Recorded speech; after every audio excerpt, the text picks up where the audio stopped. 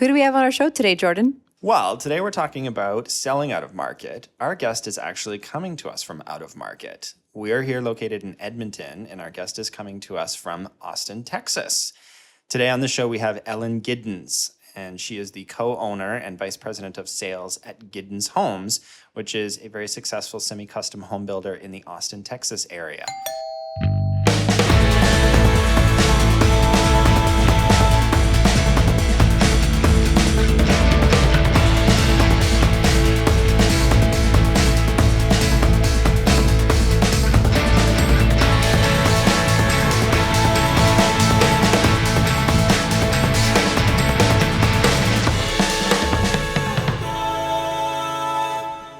You're listening to Build Up, the Homebuilder podcast, brought to you by ZGN.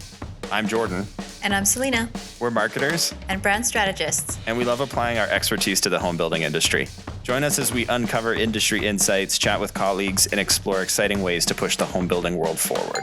What are we talking about today, Selena? We're talking about selling out of state today. And there's a lot of really great reasons why we're going to be chatting about that and why, Ellen, we think you are the perfect person to be chatting with. It's because of, obviously, the pandemic and something that's touched everybody in the world, but particularly with home and how we live and where we live. There was a big shift going on during the pandemic where work from home really grew in popularity. A lot of people realized, hey, I can work from home. Maybe this is something I want to do permanently. Or they realized, maybe this isn't the city for me. And a lot of people made big career decisions, decided to move, leave the country maybe, find a place where they like the temperature a little bit more. Yeah. So, with moving comes finding a new home. And there's, I think, a lot of interesting things we could learn about selling to people out of state. Is that kind of what you're seeing, Ellen? Like, do you see a lot of people coming in from California, from Arizona, from other parts of the United States? Yes, we definitely have a lot of people coming in from out of state. California is definitely the number one. We see that all the time. And especially Austin being kind of a tech hub. So a lot of people have their headquarters in San Francisco, but their second office is in Austin or things like that. So we see a lot of people kind of wanting to sell their homes in California, and what you sold it for, you can get a lot more space here in Texas. You can get a lot more land and a lot more upgrades than you can get in California for that amount of money. And so people are definitely coming our way. And is that what you're seeing in terms of people coming in and, they've sold their house in California, they've now got all of this money, and they're buying bigger? Like, is that what people are looking for, is like bigger? They want more space, both inside the house and outside the house? Yes, and especially in our market line. So we are kind of in the suburb area. So it's people wanting bigger lots, bigger homes. We're not an infill builder, but especially in the pandemic, we've seen people wanting a backyard space. They're wanting a nice home office. They're wanting these bigger features that maybe they weren't able to afford or, just didn't have in their previous home. Yeah, that's really interesting. I think that the pandemic has changed how people view their home and the space within their home. Like you said, offices, so important, backyards, so important, and just that connection to those things, because people probably will continue to work from home. I think the trend is hybrid, and we're not going to go back to working all in offices. Some people are going to work from home. Some people are working from the office. I think the majority of people are going to do a combination of both. Oh, yeah. And we've seen the hybrid model kind of help us out here in the suburbs, because what was too long of a commute, if you were commuting 5 days a week, doesn't seem too long if you're only going in 1 to 2 days a week. And so we've kind of noticed people more willing to kind of branch out a little bit further from the downtown area and maybe wanting to, create a home where they can, stay for their kids' lives and see them grow and have that backyard. I wanted to get into some specifics, Ellen, and maybe even fun or interesting things. But in terms of a customer from out of market, California, let's say, are there anything that when they view properties or come and experience the product in Texas that are surprising to them? Like, are they missing things, or are things like different? Like, are the homes different? Yeah, it really varies kind of where they come from. But certain things that we've noticed people asking for that we didn't really get when we mainly sold to Texas buyers were like a central vacuum system in the home. That's definitely become more popular. I think that's pretty popular up north. And then basements, we can't offer basements because our soil is limestone. So it's just people are like, whoa, I don't have that extra floor, and so that's just not something we can do. And then we've even had people, come in and want like a storm shelter because they've never lived in a place where tornadoes are. And so they're, asking, is this going to be safe for me to live in? Or, do I need to have a bunker type of thing? So that's been fun. And then from California specifically, indoor outdoor living is very big there. The climate is so nice. And so they want kind of these open spaces and things like that. And we try to tell them, there's a lot more bugs here, and you're not going to want to just keep, your doors completely open into your living room all the time. But we do see, those big sliders or, kind of walls that completely open up, that California buyers, that's what they're used to, especially homes with a view. I have to say the basement thing was so interesting for me coming from Canada, where I think pretty much everybody has a basement, and a basement's a big part of the home. And then visiting Texas and going through different homes, and there is no basement. And in Canada, or in Edmonton, where I'm from, the basement is kind of like your entertainment or rec space. So like that's where you'd have like your movie theater or your pool table or your bar, those kinds of things. But in Texas, it was interesting because a lot of those go on the second floor, upstairs, which that was a bit of an adjustment for me. Yeah, because usually second floor is the little bit more private family space, but then it turns into an entertaining space with Yeah. guests. So definitely a different setup. Yeah, Ellen, how have you sort of adjusted to these different requests coming from out of market? Well, luckily we're a semi-custom builder, so we can pretty much, if as long as it's possible to do, we can do it. We have a very experienced purchasing team that can kind of price out different options and adjust floor plans as needed. And like you said, you mentioned the upstairs being the more private place, and it's kind of the opposite here in Texas, where master bedrooms are almost always downstairs. And we find, when people come from Canada or California, maybe they're looking for that upstairs master. And so trying to create different floor plans that can appeal to people, or multi-generation households that want a house multiple generations, things like that. So creating different floor plans and different options that we can have ready for buyers that might come from different cultures, different geographical regions, and things like that. Ellen, with all of these, new buyers from out of market, maybe even out of country, have you done anything differently with your sales approach? We invested a significant amount of time and resources into our website and making our floor plans interactive online. And so people can not only take virtual tours, but they can see all of our floor plans and all of our standard options that we kind of have. They can see how that will impact their floor plan, kind of what we can do. And then, that's just kind of the tip of the iceberg. We can customize further than that, but it really helps people get an idea of how how we can adjust to make their home what they want. At our price point, we want to be able to offer, exactly what they're looking for. And I think that that has been a huge tool, that by the time they're able to physically come see us, especially if they are out of state, especially during a pandemic, that they already know that they are very interested by the time that they get to us. Yeah, I think just generally this whole industry got pushed to really get better at providing a great experience on website, telling more of the story about the product, and enhance efficiency for user experience.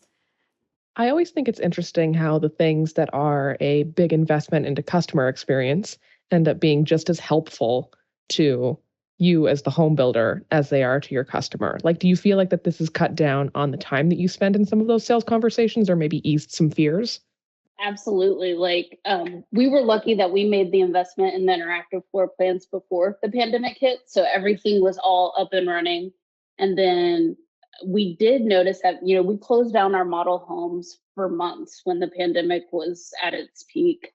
And actually, by closing those models and going to an appointment only kind of business model, we noticed that the people that were coming in were ready to buy.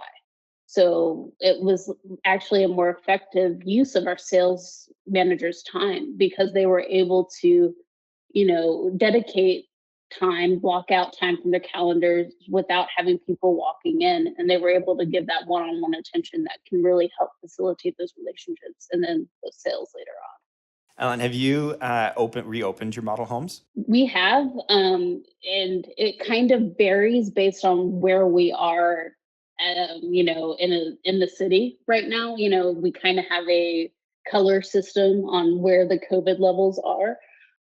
After vaccinations became available and things like that, we were able to open them back up, but it's always up to the salesperson's comfort level.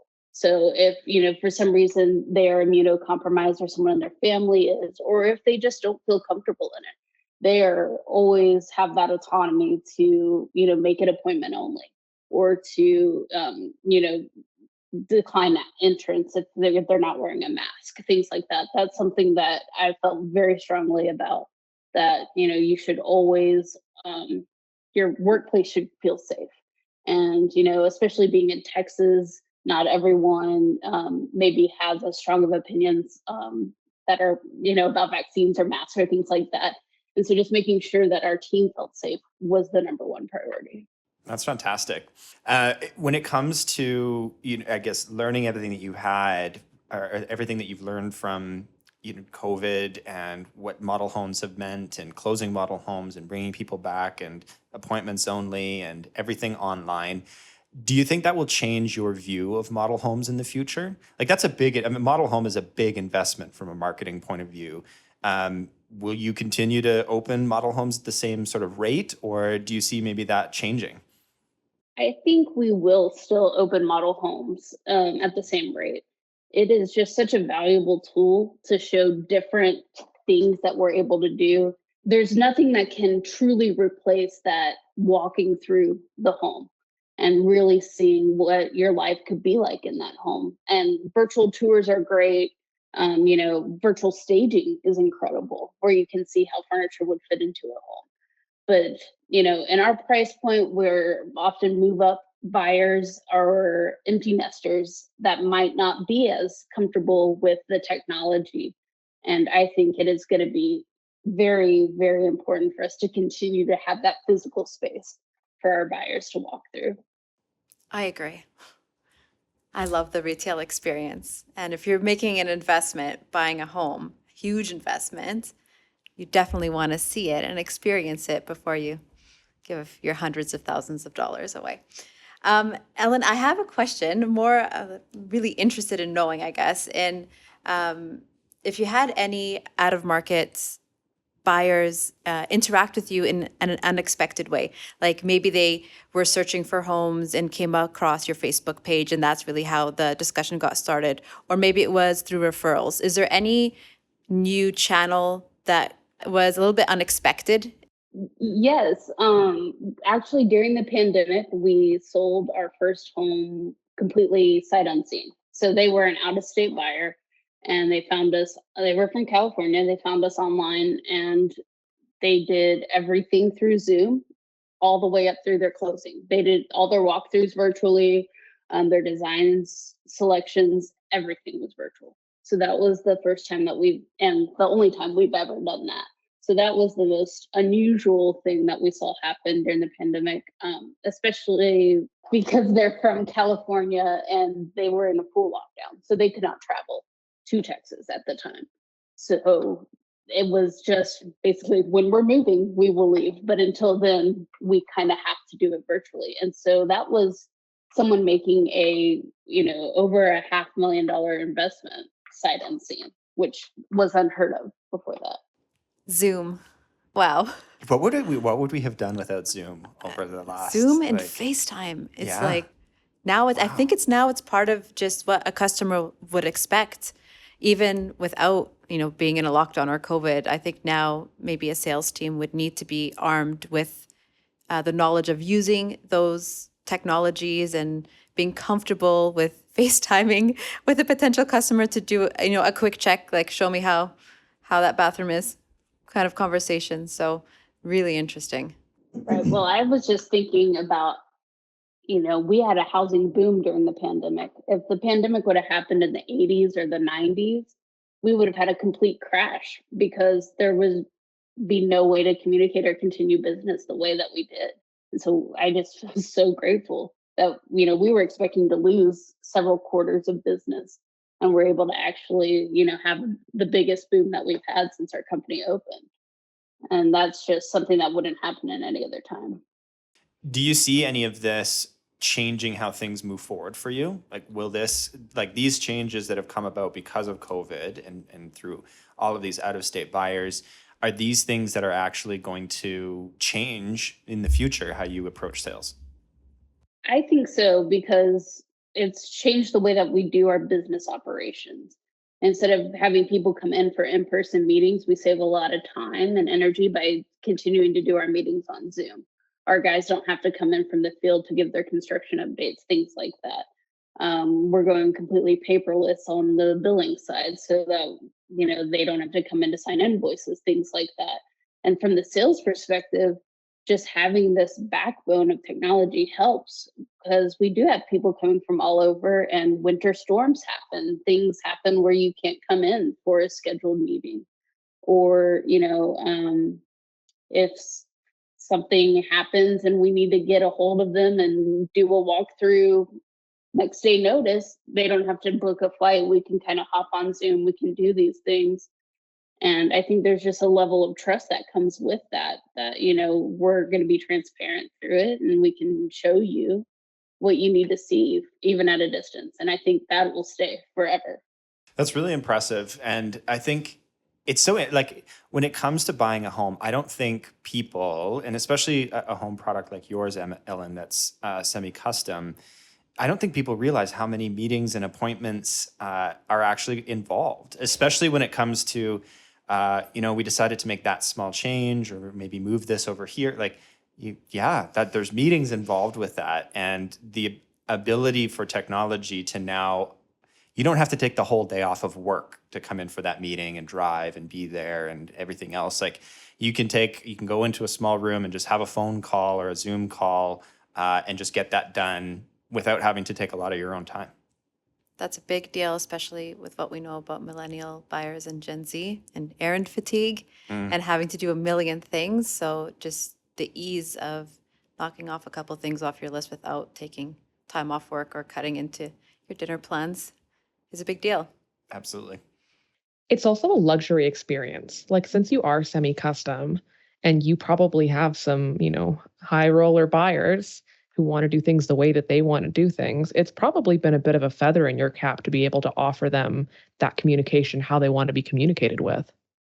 It's been nice to have it on the table. And then it also has been able to kind of leave more of a paper trail almost of, most of the communication is either recorded or it is over email or, written communication where we can kind of hopefully catch some of those things that may have fallen through the cracks before certain custom changes that they expressed that they wanted, things like that.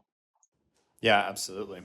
How well set up were you, Ellen, for this transition to sort of more digital sales, and what was that experience sort of like? It was a whirlwind. So my dad was actually who owns the company was in Hawaii at the time when like things kind of hit the fan. And the panic didn't hit Hawaii for about 2 weeks later. So I was trying to express to him the situation back over here on the mainland. And he was thinking I was over exaggerating and just being like, we can't find toilet paper for the model homes. I don't know what to do. And so trying to make those decisions, and it kind of thrusted a lot of us into the leadership role that we're now in, of trying to make these decisions on our own and kind of running them. And then luckily we had a lot of online systems already. Like, we already had the interactive floor plans, we already had online chat, things like that, but we didn't have Zoom. We didn't ever do a web meeting. So that took a big, learning curve for some of our older construction people. A lot of oops, I'm on mute, still to this day. But we were, I think, luckier than a lot of companies in the fact that we're smaller. So it was easy to get, 15 of us to change rather than a company of 100 employees. And so it was really easy also to know where our priorities were, because we are so small and we are kind of like a family. So it's easy to be like, no, employee safety is number one. That's easy. And profits come second. That's just easy. But as far as technology, I think we're better than some, but maybe not as good as some of the more high tech led by millennials and Gen Z companies as well. I have a quick question, actually. It's a bit off tangent from this, but you said something which really made me think. We talk a lot on this podcast about brand purpose and how it not only impacts our customer, but our ability to do a great job internally. And knowing that the great resignation is going on right now, and especially so in the States, it sounds like you guys are really relationships based and you have a very clear purpose as a company. I'm curious, did you see less turnover in your company than some of your peers because that relationship piece is so at the forefront? I think so. When we shut down our model homes, we saw a lot of our larger companies kind of lay off all their hourly sales assistants, or, people, we were expecting to kind of have a profit loss. So people were starting to trim really quick. And, we made the decision not to do that, even our hourly employees were going to be paid the hours that they would normally work while they would be at home while our models were closed. And we just felt like it was the right thing to do. And we wanted to keep them around if they wanted to come back when things opened back up. And we were very fortunate. We didn't have any turnover during the pandemic, which was great. And I think that's something that we've tried to do. We ask a little bit more of our employees than maybe some other companies. I know over this past year, we've worked very, very hard with the increased capacity that we've had to handle. But I think hopefully that we compensate for that in different ways. I'm sure that's made a big difference for you in the market today, that decision to sort of keep everyone, because I know that, especially in Texas right now, it's hard to find people. It's hard to find all kinds of positions. And, for other companies who did make those layoffs, they're now struggling to replace those people. So I'm sure that that's been a huge benefit for you moving forward and having smooth operations and no layoffs and no turnover. It's been nice. And, sometimes we do have people that move to different areas or move on from our company, but the hope is that they never leave because of something we did or how they were treated. We always want to have those good relationships, even if they are at a different company at some point. That's so awesome. And like Santana said, we talk a lot about brand purpose and leading with purpose. And, when you do those things that are, why you do those things, and why you have a company beyond just making money, the profits will come when you make the right decisions and you just take those steps and make the right progress. Ellen, in terms of out of market buyers, have you seen, and Selena kind of asked the question about how things have gone a little different for you, and how Zoom has been, you sold your first home on Zoom, which is really, really cool. But in terms of other channels, like, have you seen anything else pick up for you, even from a marketing point of view? Have you seen more on your social, more from realtors, more from the website itself? We've seen more from social. So we made kind of the investment of kind of switching some of our marketing budget into the online space because we were having, a lot of out of state, out of market buyers. And so we wanted to make sure we were putting that into Google ad spend, Facebook ads, things like that. And we've noticed a big impact of that. We've noticed a lot more people come in that really don't understand, don't have an idea of what the market's like here, and they're just kind of their first contact into the market is to directly to the home builder instead of to a realtor, which has been really nice to kind of be able to make that first introduction and things like that. Social's been huge. Facebook in particular with our demographic is kind of right in there with the empty nester kind of buyer, and I think that leading them to back to our website has really, really grown over the past 18 months. Yeah, that's really interesting. I think that the role of online, obviously, we've already talked about it, is so important, and just being in front of your customers in that online space.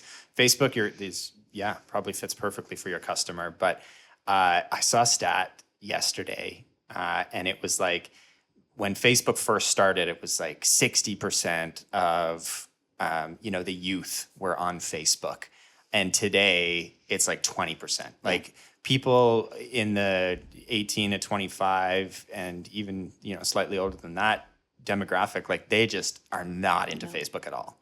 Well, are you, Jordan? I know. I haven't even looked at Facebook for like 10 years. Yeah, I have it for work. That's it. Yeah, that's You it. don't use it. To share all of our posts for Giddens Homes, and that's it. Yeah. Yeah. Yeah, but within certain demographics, because we've got home builder clients as well, and Facebook is huge for them. Mm-hmm. It's such an important and strong part of their marketing plans and their media buys. But that's not going to live forever, especially for younger. If you're more in the first-time homebuyer market, you just can't reach those people on Facebook. So you've got to find other channels and other ways to do that. Yeah.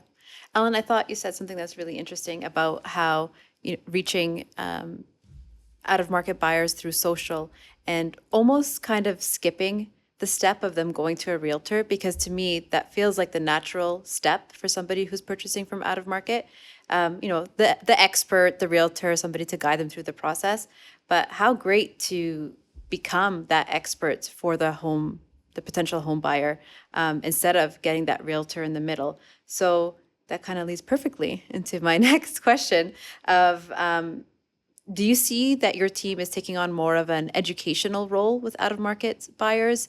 Are they, helping home buyers understand the differences in your market compared to where they're coming from small things like, okay, we get more tornadoes here, you might need something specific on your home, or do you guide them to other maybe resources to help them in their journey? I do notice that our sales managers are being more, kind of the educator on certain aspects, but also needing to provide expert feedback that supports whatever they say. So having some sort of marketing available that shows, the insulation in your home is different here in Texas because we're mainly protecting for heat. Yes, we did have one blizzard last year, but that was the first in decades. So trying to kind of notice that there's going to be features in this home that are different, but it's going to suit you better. It's going to help you in the end.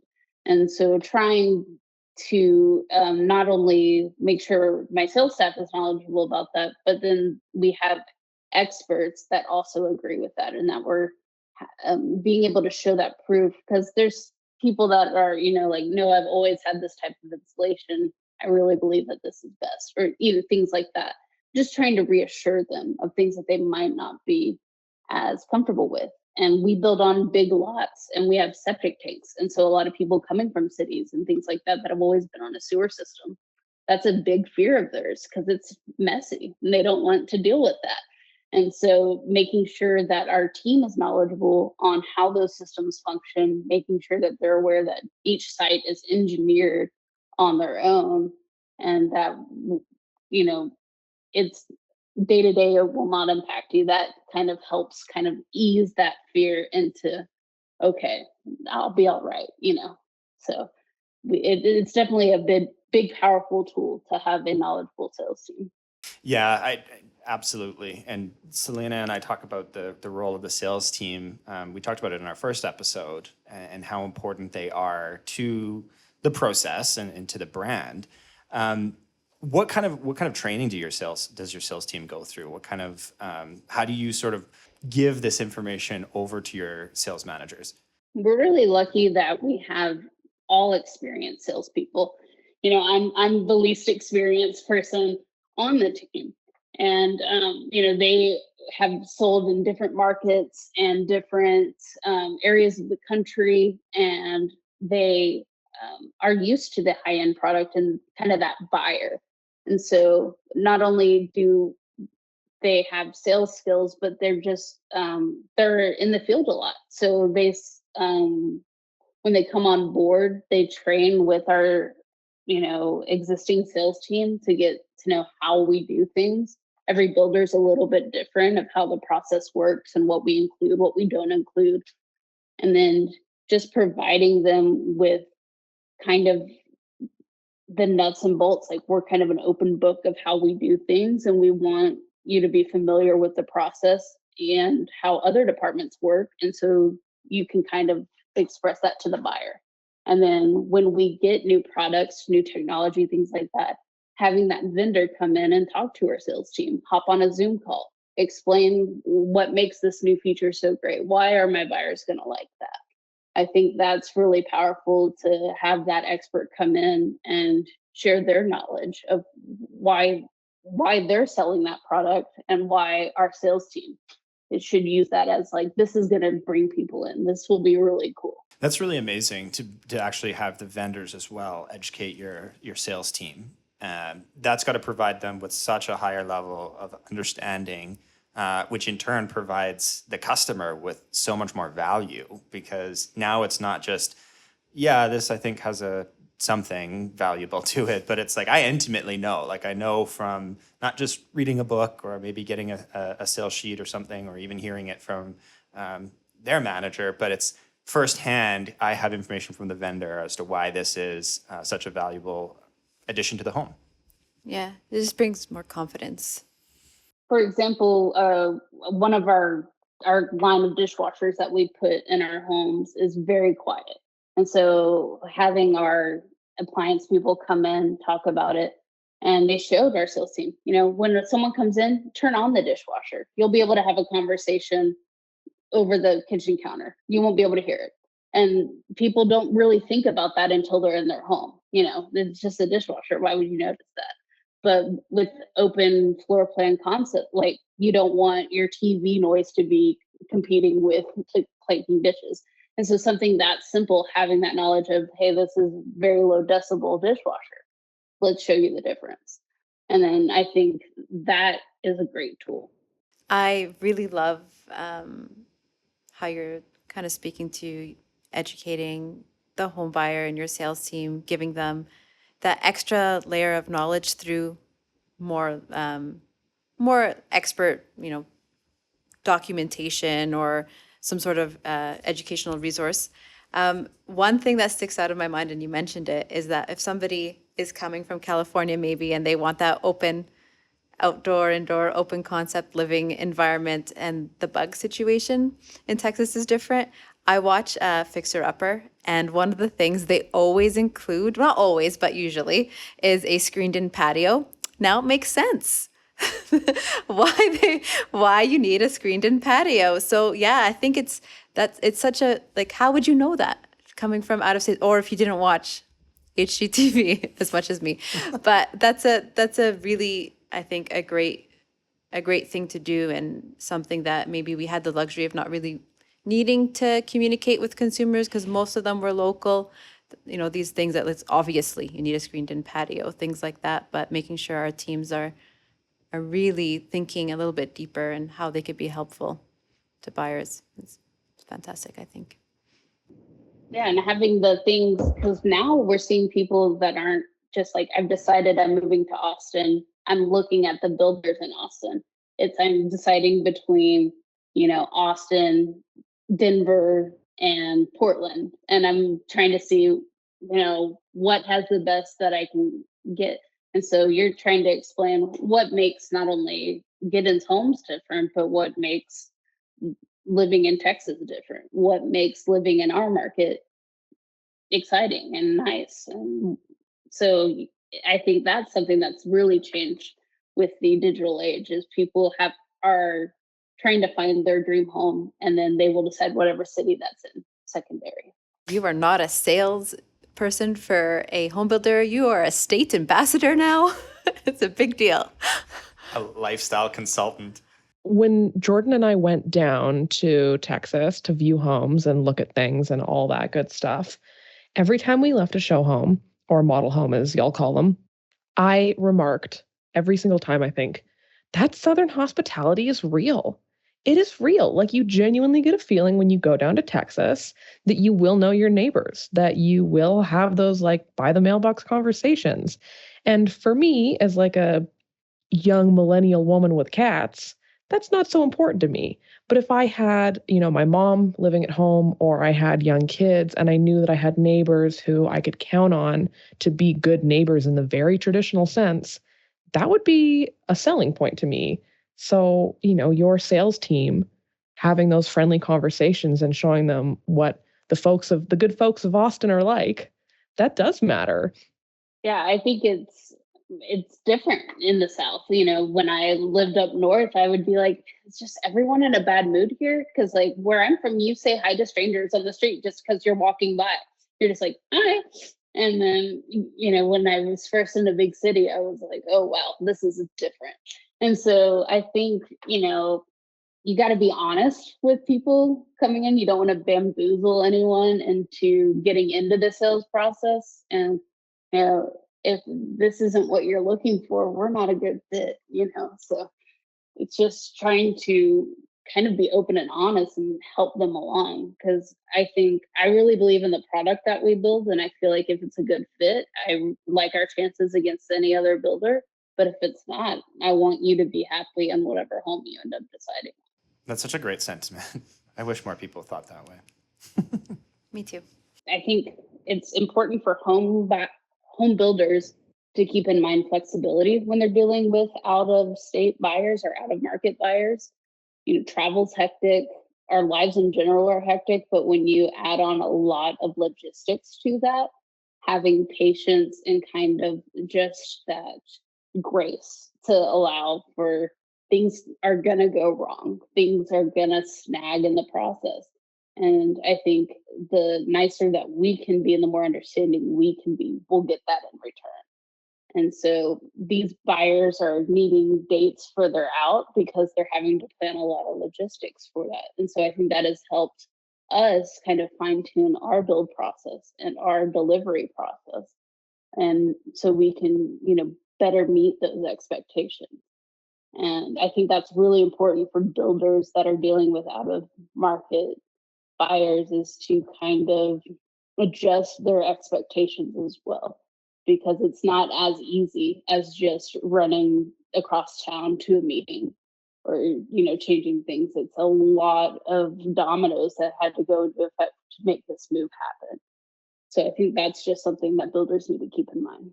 The pandemic for sure has, everything that has changed in the way things have moved has really put more power in the hands of customers. And I think when you look at out-of-market buyers, that's also very important. And prior to the pandemic, I would say companies were less interested in being flexible. They were less interested in making kind of big or bold adjustments in order to make things easier for the customer.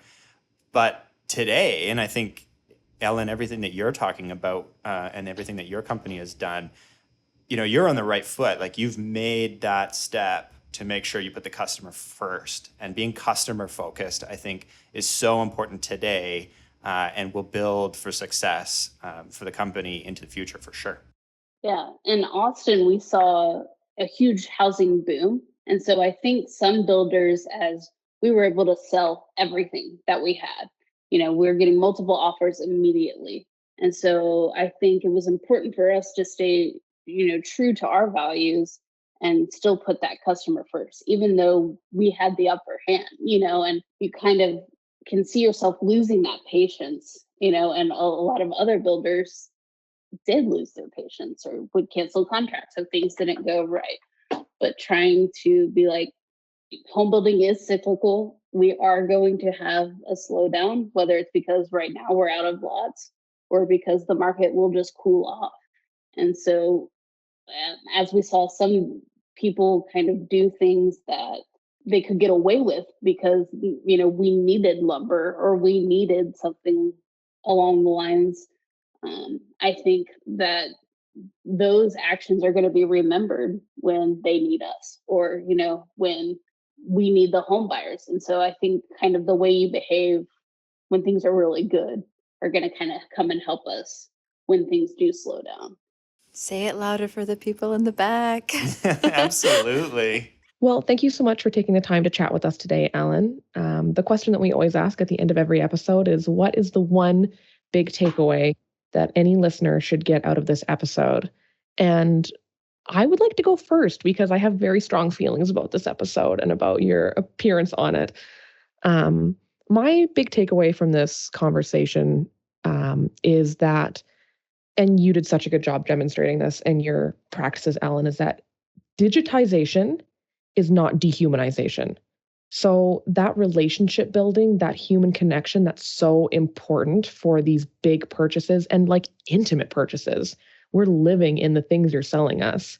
Just because they've been made different and more convenient with technology doesn't mean that it has to lose the relationship piece, which I think you've done such a good job demonstrating with your practices for both the people you're selling to, but also your internal team. So I love that. And that's definitely the thing I'll take away from today. Oh, and the fact that if I ever move to Austin, I probably, if I can afford it, I 100% want to Giddens home, obviously. Thank you. I'm going to pass to Jordan next, I think. Thanks, Santana. I think my biggest takeaway from today's episode is being customer focused, customer first. Ellen, you talked about the flexibility. You talked about really being there for the customer. And I think that that's so important. I think that that is going to be, if I was to put up on a trends board for the next 5 years, customers are going to have higher expectations. And those expectations are going to be that they get things the way they want and where they want and when they want. And I think moving into and having the buyers shift and having a new generation of buyers come in, Gen Z, Gen Z, Gen X, millennial, they're growing up right now in this world that is being flexible to them. And they're seeing the benefits of that flexibility. And they're not going to want to go back. It has to do with work. I now get to work from home. That's so much easier. I don't have to commute. That's great. That's flexibility in their lives. I get to do Zoom and phone meetings with the bank or with the home builder or with my lawyer. That's flexibility. That's great. I think being customer focused and being willing and adaptable to the needs of the customer and putting what they want first is so massively important. And I think that's my biggest takeaway from today's episode. I'm going to pass it over to Ellen for her biggest takeaway from today's episode. My biggest takeaway was kind of refocusing on different markets that might come in.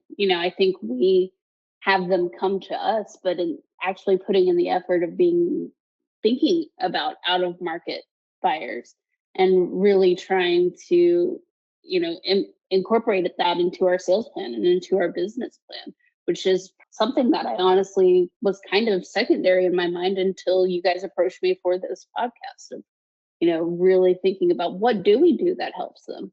What could we do that would help them? And I think that's something that might change the way, we do business. So thank you guys. Well, two-way learning. Yeah. Ellen, I think me and you are on catching the same vibe. My biggest takeaway is kind of in the same thinking of, I don't think a home builder is just selling their product anymore. I think they're selling, of course, their product, their home, but they're selling a lifestyle. The sales team and the website need to be communicating the benefits of living in that community and in that city as well. Why do you want to live in Edmonton? Why do you want to live in Austin? What makes the city so great? And how does our product help you live your best life? I think. So for me, it's, really arming your sales team with that knowledge and able to communicate those things, and maybe pushing your sales team to maybe not make that assumption that, a buyer is aware of all the little nuances that happen in with the weather or things like that. So, really getting detailed with customers and intimate, and, having a little bit of fun too. Absolutely. Like I would need a lot of help and hand holding if I bought a house in Canada, because I just wouldn't know what to expect. Is the roof going to collapse because of the snow? I don't know.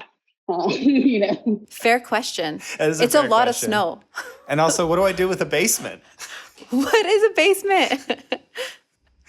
Well, this has been awesome, Ellen. Thank you so much for joining us for the conversation on how to buy and sell out of market. Thank you guys Thanks, so much Ellen. for having me. It was nice to talk to you guys again. Yeah, good talking to you too.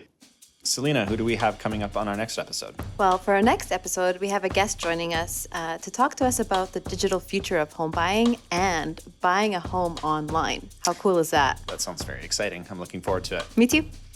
This has been a ZGM podcast with your hosts, Jordan Mayer and Selena Hallaby, produced by Santana Blanchette, edited by Shelby Von Groven and Scott Steele, and supported by everyone on the ZGM team. Woo!